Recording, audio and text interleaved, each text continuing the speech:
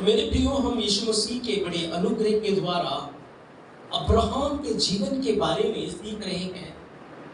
और पिछले भागों में हमने अब्राहम के जीवन के बारे में सीखा कि किस प्रकार से अब्राहम ने अपने पिता की मूर्तियों को तोड़ डाला।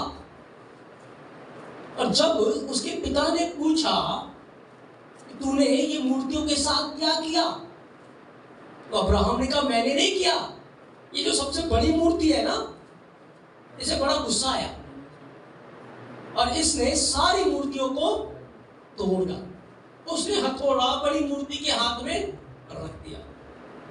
उसके पिता ने कहा तू मुझे पागल समझता है? क्या ये मूर्तियां देख सकती है? क्या ये बोल सकती है? क्या ये सूंघ सकती है? क्या ये किसी काम की है? कोई काम कर सकती है? तो अब्राहम ने कहा पिता मैं यही तो कह रहा हूं, ये किसी काम की नहीं है कि ना बोल सकती है, ना देख सकती है, ना सुन सकती है। मैं यही तो समझाना चाह रहा हूं। पिता बहुत क्रोधित हो गया और वो उस समय के राजा निम्रोद के पास चला गया और निम्रोद ने उसे बंदी गृह में बंद कर दिया 10 दिन तक। और उसके बाद उसने उसके लिए एक आग की भट्टी तैयार की उसकी सजा के रूप में। और अब्राहम आग की भट्टी में डाला गया, उसका भाई हरान भी डाला गया। लेकिन हरान 2 मार्गों पे था। हरान 2 मार्गों पे था, दोहरा जीवन था उसका। वो मूर्ति पूजा भी करता था और वो कहीं कभी कभी अब्राहम की बात भी सुना करता था। तो अब्राहम तो साथ की भट्टी में 3 रात 3 दिन तक चलता फिरता रहा। लेकिन हरान जो था वो जल के भस्म हो गया। 3 दिन 3 रातों के बाद राजा ने उसे बाहर बुलाया और फिर अब्राहम को 2 नौकर दिए। उसमें एक का नाम एलिएजर था, इसके बारे में हम बाइबल में पढ़ते हैं। और उसे बड़े धन संपत्ति देकर राजा ने उसे विदा कर। उसके बाद आगे क्या अब्राहम के जीवन में हुआ, क्योंकि बाइबल के अंदर जब हम पढ़ते हैं इब्रानिया 11:8 में लिखा विश्वास से अब्राहम जब बुलाया गया तो आज्ञा मानकर ऐसी जगह निकल गया जिसे विरासत में लेने वाला था और ये नहीं जानता था कि मैं किधर जाता हूं। और उत्पत्ति जो 12 अध्याय पहले वचन से पढ़ेंगे तो उस समय अब्राहम की आयु 75 साल की है। अब्राहम की आयु 75 साल की है जब उसने कनान जाने के लिए अपना मार्ग लिया। लेकिन क्या 75 साल से पहले अब्राहम के जीवन में कुछ नहीं हुआ? बाइबल तो उसके बारे में चुप है, लेकिन कहीं ना कहीं उसका इतिहास लिखा हुआ है कि जन्म से लेकर 75 सालों का क्या कुछ तो हुआ होगा। तो उसके बारे में यशायाह की किताब डिटेल में बताती है कि अब्राहम के जीवन में क्या हुआ। मेरे तो अब्राहम को राजा ने भेज दिया और थोड़े दिनों के बाद, कुछ सालों के बाद राजा को एक सपन आया। राजा को एक सपन आया और राजा ने क्या देखा कि आग की भट्टी में से अब्राहम के समान एक पुरुष निकला। आग की भट्टी में से अब्राहम के समान एक पुरुष निकला। क्योंकि आज के वचन के द्वारा हम सीखेंगे कि यहोवा की योजना हमें बढ़ाने की है। यहोवा की योजना हमें, यीशु मसीह की योजना हमें बढ़ाने के लिए है। लेकिन उसका जो तरीका है बढ़ाने का, वो कांटों भरा है। तरीका कांटों से भरा है। तो राजा को सपन आया, उसने देखा आग की भट्टी में से अब्राहम के समान एक पुरुष निकला और उसके हाथ में 2 धारी नंगी तलवार है और वो राजा को घात करने के लिए, राजा को मारने के लिए बड़ा चलाता है। राजा डर गया, घबरा गया और अब्राहम के सामने से भागने लगा। जब निम्रोद राजा उस समय का अब्राहम के सामने से भाग रहा था, अब्राहम ने उसके सिर के ऊपर एक अंडा फेंक दिया। क्या फेंका? अंडा फेंक दिया। जब अंडा निम्रोद के सिर के ऊपर आया, वो निम्रोद के सामने एक बड़ी नदी बन गया। क्या बन गया? एक बड़ी नदी बन गया। और निम्रोद ने देखा उसकी सारी फौज, सारी सेना उस नदी में डूब के मर गई। सारी सेना डूब के मर गई। को पता है अंत की बातें यहोवा पहले से ही बता रहा है। एक दिन अब्राहम का वंश कहां पर था? मिस्र के अंदर। कहां था? कहां था? मिस्र के अंदर। मिस्री उनके ऊपर अत्याचार कर रहे थे, लेकिन एक दिन फसह की रात वाले दिन यहोवा अपने हाथ में नंगी तलवार लिए हुए मिस्र से घूम रहा था। नंगी तलवार लिए हुए मिस्र थे और मिस्र के पहलुओं को मार रहा था। हो रहा था? नहीं हो रहा था। फैरो का बेटा जो आगे चल के फैरो बनेगा, उसको भी घात किया गया। और फिर जब इजरायली लोग आगे बढ़ रहे थे, इजरायलियों के आगे क्या आ गया? क्या आ गया? लाल समंदर। लेकिन वो लाल समंदर इजरायलियों के लिए नहीं था। किसके लिए था? फैरो के लिए था, उसकी सेना के लिए था। क्योंकि लाल समंदर इजरायलियों को नहीं डुबाएगा। किसको डुबाएगा? फैरो को, उसकी सेना को डुबाएगा। तो जैसे निम्रोद अपने सपन में देख रहा है कि उसने अंडा फेंका और अंडा क्या बन गया? समुद्र बन गया। और उस समुद्र में निम्रोद की सारी सेना डूब के मर गई। ऐसे ही क्या हुआ था? जब इजरायली लाल समंदर में से निकल के आ गए तो फैरो की सारी सेना हाँ समुद्र में क्या हो गई? डूब के मर गई। फैरो और उसके साथ एक दो लोग जो थे वही बचे। तो वो अपने सपन में इन बातों को देख रहा है, डर गया, घबराया हुआ, और वो भागा नदी के सामने से, जैसे फैरो भागा था। उसने फिर देखा कि वो जो नदी है वो फिर से अंडा बन गई।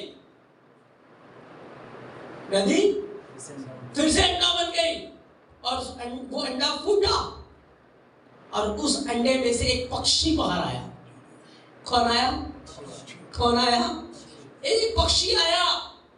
और वो जब पक्षी बाहर आया, उसने राजा की आंखों को नोच लिया। राजा की आंखों को नोच लिया। मेरे प्रियो, आपको पता है ये पक्षी कौन है? ये पक्षी यीशु मसीह है। एक दिन वो पैदा होगा और पाप के आंखों को नोच डाले। क्योंकि मिस्र किसको दिखाता है? पाप को, बुराई को दिखाता है। और यीशु मसीह की तुलना एक पक्षी के साथ भी की गई है।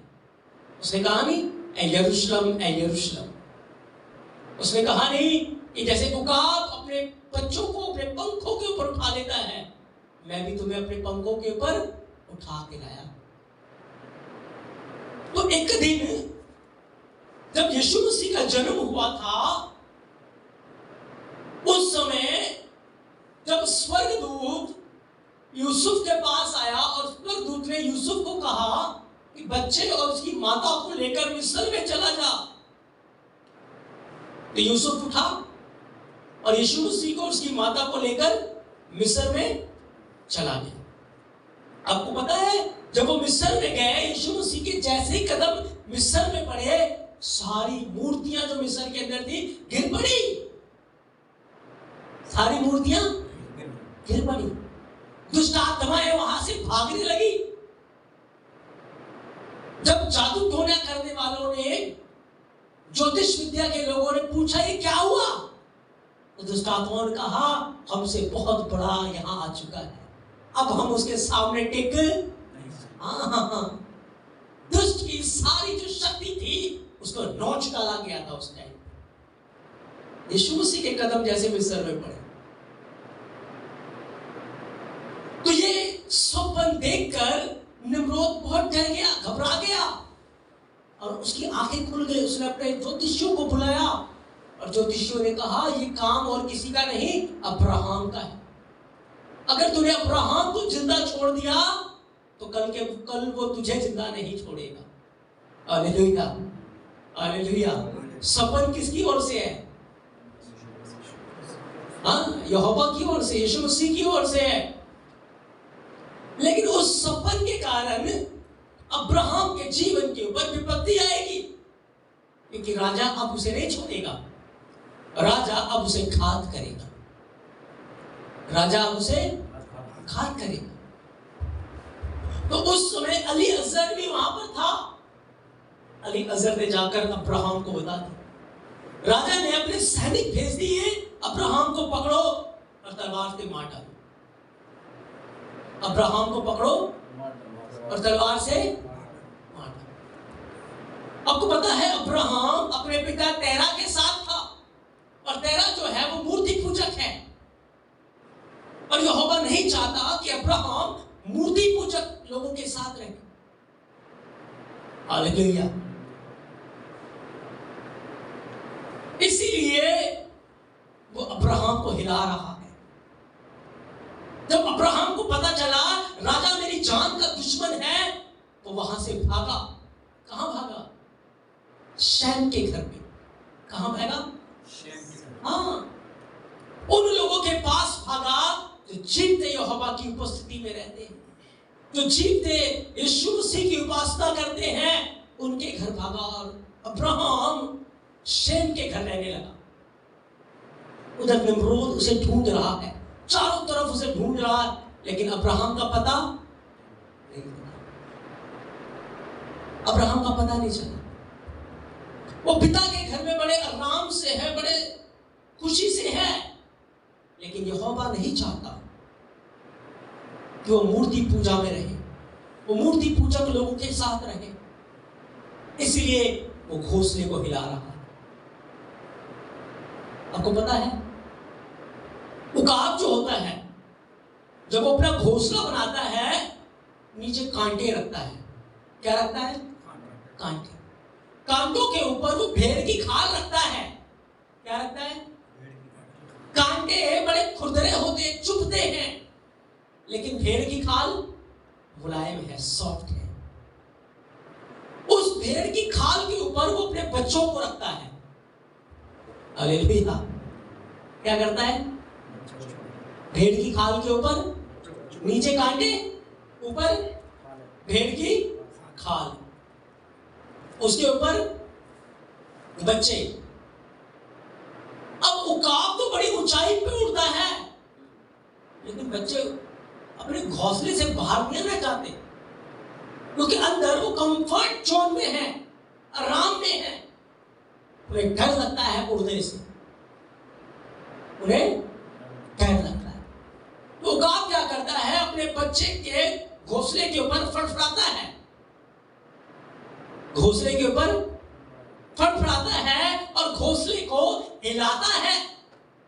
जब घोंसले को हिलाता है तो फिर कांटे बाहर आना शुरू हो जाते हैं, क्योंकि खाल इधर उधर होती है, फिर क्या निकलते हैं? कांटे। और जब कांटे बच्चों को चुभते हैं, तब बच्चे घोंसले से बाहर आते हैं, और जब वो बाहर आते हैं तब वो उड़ना सीखते हैं। हालेलुया। वो बड़ी ऊंचाई पे होते, ऊंचाई से वो नीचे गिरते हैं।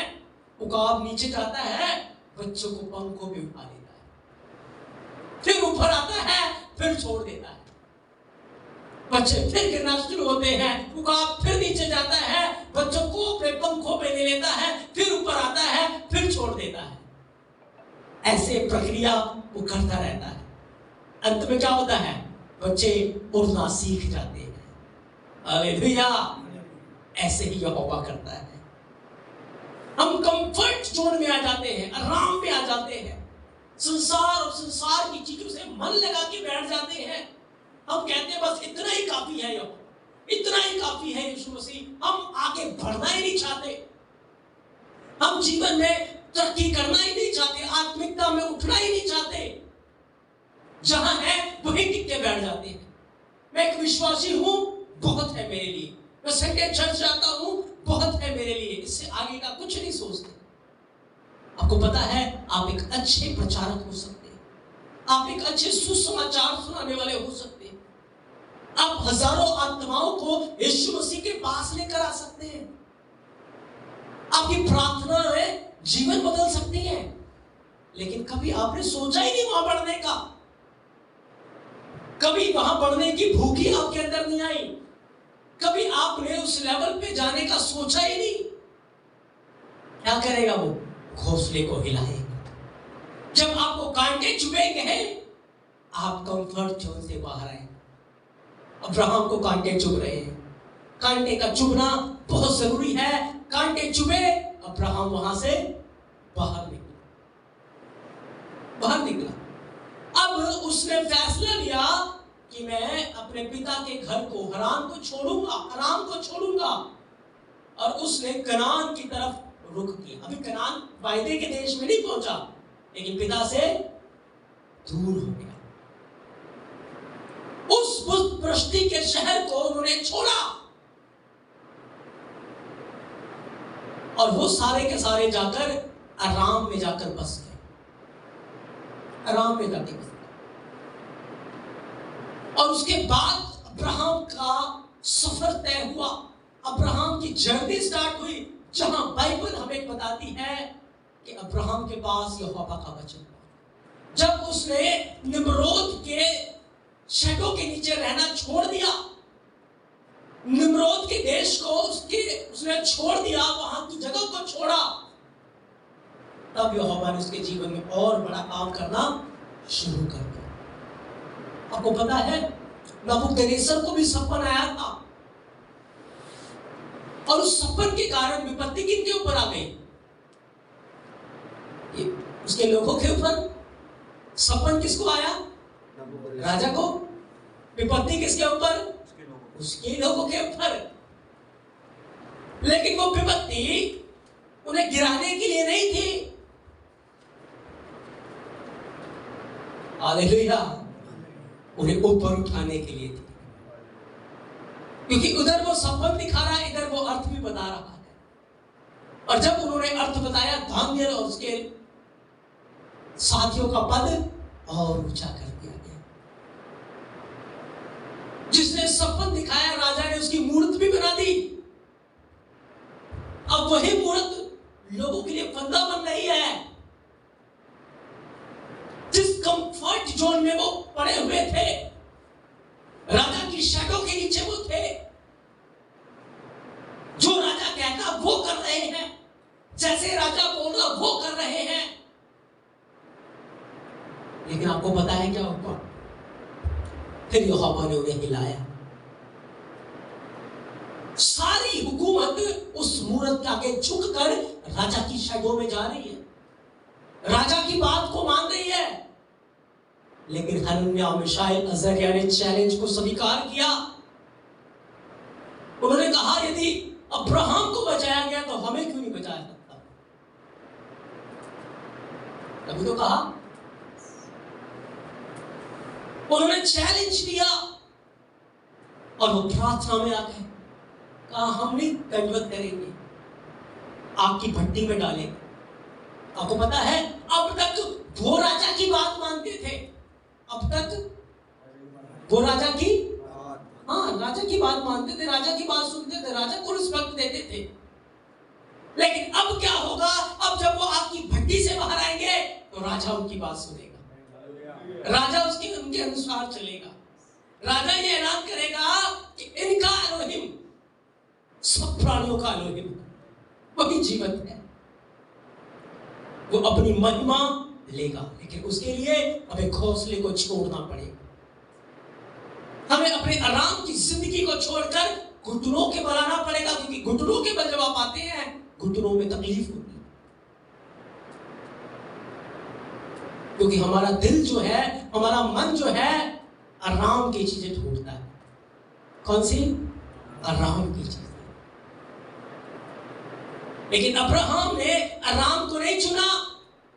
हनन्याह, मिशाएल, अज़रिया ने, दानियल ने आराम को नहीं चुना। उन्होंने उस चैलेंज को स्वीकार किया। उन्होंने अपने घोंसले को छोड़ा। जब छोड़ा, ऊंचाइयों पे उड़ने लगे। हालेलुया। जातियों की आशीष का कारण बन गए, राज्यों की आशीष का कारण बन गए। क्यों? उन्होंने अपने घोंसले को छोड़ा। मूसा ने क्या किया था?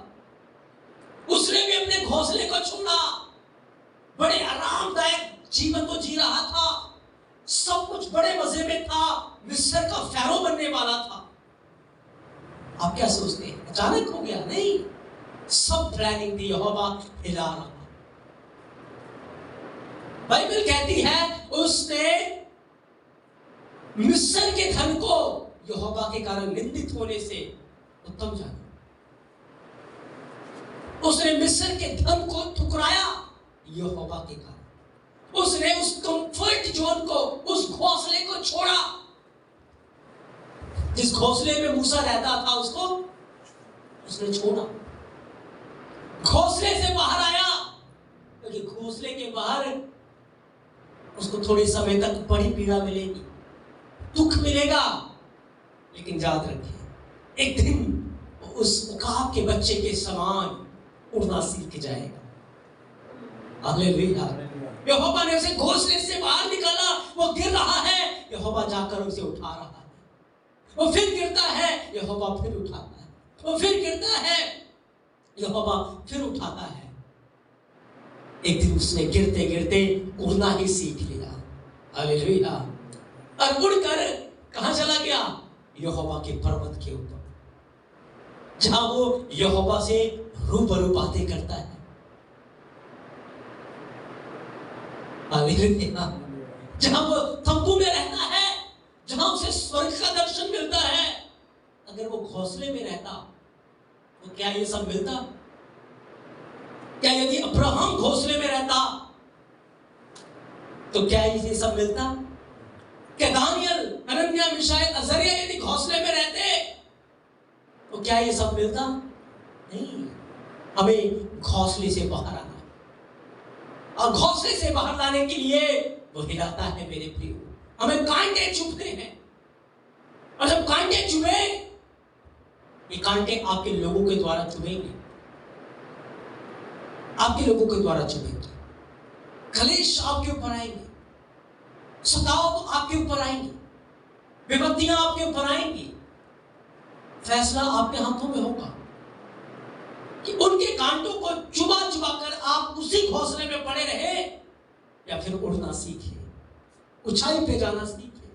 उस ऊंचाई पे चले जाएं जहां कौवे नहीं आ सकते, क्योंकि कौवे क्या करते हैं? चोंच मारते हैं। लेकिन जब आप पहाड़ पे चले जाएंगे, उस ऊंचाई पे चले जाएंगे, वहां कौवे नहीं आ सकते हैं। वहां यहोवा की उपस्थिति है। वहां आप जातियों के लिए, राज्यों के लिए, देशों के लिए आशीष का कारण बन सकते हैं। हालेलुया। अब्राहम ने अपना घोंसला छोड़ा, रास्ता यहोवा ने तैयार किया। उसने उस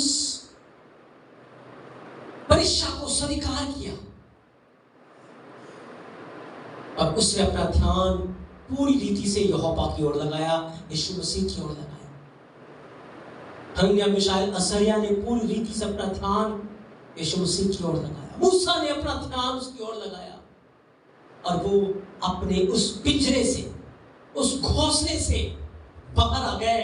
और अब सफर शुरू हुआ उड़ने का, ऊंचाई पे जाने का। हमारी जिंदगी घोंसले में नहीं है मेरे प्रियो, हमें उड़ना है। हमें उड़ना है। एक दिन हमें बादलों के पार चले जाना है। हालेलुया। लेकिन यदि आप घोंसले में रहेंगे, कभी आसमान की ओर नहीं देख पाएंगे, कभी उड़ नहीं पाएंगे। इसलिए जब आज यदि हम सच में बादलों के पार जाना चाहते हैं, चांद सितारों के पार जाना चाहते हैं। क्योंकि आपको पता है साइंटिस्ट ने मिसाइल तैयार कर लिए हैं, रॉकेट तैयार कर लिए, वो चांद पे जा सकते हैं, लेकिन चांद से के पार नहीं जा सकते। लेकिन हम चांद के भी पार चले जाते हैं, हम स्वर्गों के स्वर्ग में चले जाते हैं, जहां कोई उपग्रह, कोई सैटेलाइट कुछ नहीं पहुंच सकता, वहां तक हमारी पहुंच हो सकती है।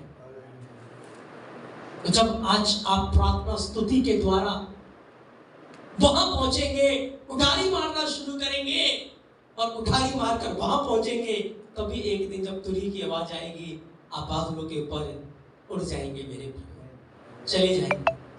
लेकिन कब? जब आप कंफर्ट के घोंसले को छोड़ेंगे। नहीं, मैं थोड़ा सो लेता हूं, मैं थोड़ा आराम कर लेता हूं, मैं थका हुआ हूं, मैं परेशान हूं, मेरे घर की परिस्थितियां ये, ऐसे घोंसलों से बाहर आना है।